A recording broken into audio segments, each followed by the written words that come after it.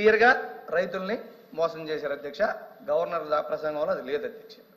రెండోది యువత ఉద్యోగాలు 20 లక్షల ఉద్యోగాలు ఇస్తాము అని చెప్పి ఈ ప్రభుత్వం హామీ ఇచ్చి వాళ్ళ సూపర్ సిక్స్లో పెట్టేసి అధికారంలోకి వచ్చింది అధ్యక్ష. ఈ సంవత్సరం దాదాపు 9 నెలలు 10 నెలలు అయిపోయింది అధ్యక్ష. ఈ ప్రభుత్వం వచ్చి 20 లక్షల్లో దాదాపు 4 లక్షల ఉద్యోగాలు ఇస్తామని హామీ అధ్యక్ష. ఫస్ట్ ఇయర్లో ఒక్క ఉద్యోగం కూడా ఇచ్చిన పాపాన పోలేదు అధ్యక్ష.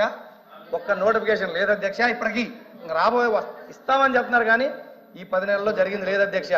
ఇంకొకటి నిరుద్యోగులకు మొత్తానికి 3,000 రూపాయలు భృతి ఇస్తామని చెప్పారు అధ్యక్ష. నిరుద్యోగ భృతి ప్రస్తావనే లేదు అధ్యక్ష. అక్కడ అసలు ఈ గవర్నర్ ప్రసంగంలో నిరుద్యోగ భృతి ప్రసంగమే లేదు, ఉండదు. ఎందుకంటే వాళ్ళు హామీలు అమలు చేసే ఆలోచనలు లేరు అధ్యక్ష. ఉద్యోగాలు, నిరుద్యోగ భృతి, వ్యవసాయం ఇవన్నీ పక్కన పెడితే విద్యా విధానంలోకి వచ్చేటప్పటికి అధ్యక్ష వీళ్ళు చాలా గొప్పగా చెప్పుకుంటున్నారు అధ్యక్ష. అసలు సాఫ్ట్వేర్ పితామోహం మేము, సాఫ్ట్వేర్ తీసుకొచ్చింది మేము ఈ రాష్ట్రంలోకి అని చెప్తున్నారు అధ్యక్ష. గత ప్రభుత్వంలో ఇంగ్లీష్ మీడియం తీసుకొస్తే ఈరోజు సాఫ్ట్వేర్ ఉద్యోగాలు, తెలుగు మీడియం చదువుకున్న వాళ్ళకి సాఫ్ట్వేర్ ఉద్యోగాలు వస్తాయి అధ్యక్ష. ఈరోజు ప్రపంచంతో పోటీ పడాలి. వాళ్ళు ముఖ్యమంత్రి గారు చెప్తా ఉన్నారు ఆర్టిఫిషియల్ ఇంటెలిజెన్స్ తెలుగు మీడియంలో ఉందా? గత ప్రభుత్వంలో ఇంగ్లీష్ మీడియం అమలు చేశారు. ప్రపంచంతో పోటీ పడే విధంగా ఆ రోజు విద్యార్థులను తీర్చిదిద్దడానికి ఎల్కేజీ నుంచే ప్రణాళికలు చేశారు. ఈ రోజు మీరు తెలుగు మీడియం అమలు చేస్తారా, ఇంగ్లీష్ మీడియం అమలు చేస్తారా అనేది క్లారిటీ లేదు గవర్నర్ స్పీచ్ లో. తెలుగు మీడియమా, ఇంగ్లీష్ మీడియమా?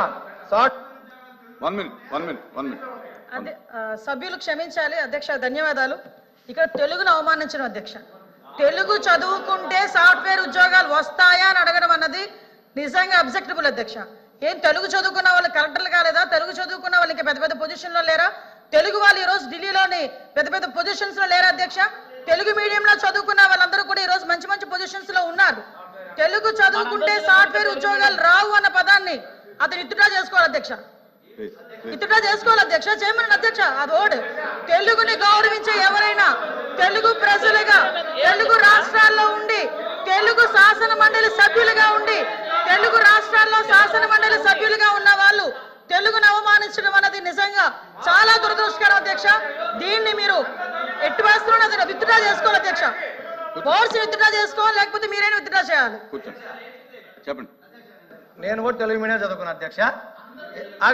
అరే మీరు మా వినండమ్మా, మీరు మధ్యలో ఇంటర్ఫీర్ అవ్వద్దు దయచేసి అధ్యక్ష. మీరు ఇంటర్ఫీర్ అవుతుందని చెప్పండి, మొత్తం అయిపోయినాక మాట్లాడమని చెప్పండి. ఇంటర్ఫీర్ అవుతుందని చెప్పండి. మీరు పూర్తిగా మా భావం చెప్పకుండా, మా అభిప్రాయం చెప్పకుండా మాట్లాడతారు అధ్యక్ష. నేను చెప్పింది వినాలి కదా అధ్యక్ష. నేను చెప్పింది అధ్యక్ష, మా ప్రభుత్వ విధానం చిన్నప్పటి నుంచి కూడా ఇంగ్లీష్ మీడియంలోకి తీసుకొస్తే తెలుగు 100% సబ్జెక్ట్ ఉండాలనేది మా విధానం అని చెప్తున్నా. పూర్తిగా వినకుండా మధ్యలో ఇంటర్ఫీర్ అయిపోయి ఎక్కడెక్కడ దూరిపోయి డిబేట్ చేయొద్దు అధ్యక్ష. మా అభిప్రాయం అధ్యక్ష మా అభిప్రాయం పూర్తిగా విన్న తర్వాత మాత్రమే వాళ్ళు ఇంటర్ఫీర్ అవ్వమని చెప్పండి దయచేసి. మధ్యలో డిబేట్ చేస్తున్నారు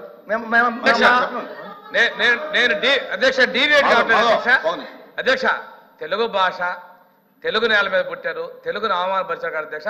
విత్ ఆ వర్డ్స్ మీరు రికార్డ్స్ తొలగించారు అధ్యక్ష. అధ్యక్ష తెలుగు భాష రికార్డ్స్ తొలగించారు అధ్యక్ష. నేనే వ్యక్తిగతంగా కామెంట్ చేయలేదు. మీరు అబ్జెక్ట్ చేశారు. ఆయన ఏం చెప్పాడంటే మా ఉద్దేశం అది కాదని చెప్పాడు అధ్యక్ష.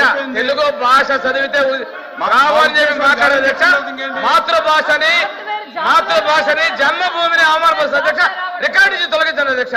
నేను వాళ్ళ పార్టీలు కానీ వాళ్ళ వ్యక్తిగతంగా మాట్లాడే అధ్యక్ష. తెలుగు భాష మీరు ఇక్కడ ఉన్న వాళ్ళందరూ కూడా అందరూ తెలుగు భాష ఉన్న వాళ్ళమే. తెలుగు భాషను మాత్రం వాళ్ళు మాట్లాడటం కరెక్ట్ కదా అధ్యక్ష. భాషని వాళ్ళు కామెంట్ చేసి రికార్డు నుంచి తొలగించారు అధ్యక్ష. కూర్చోండి.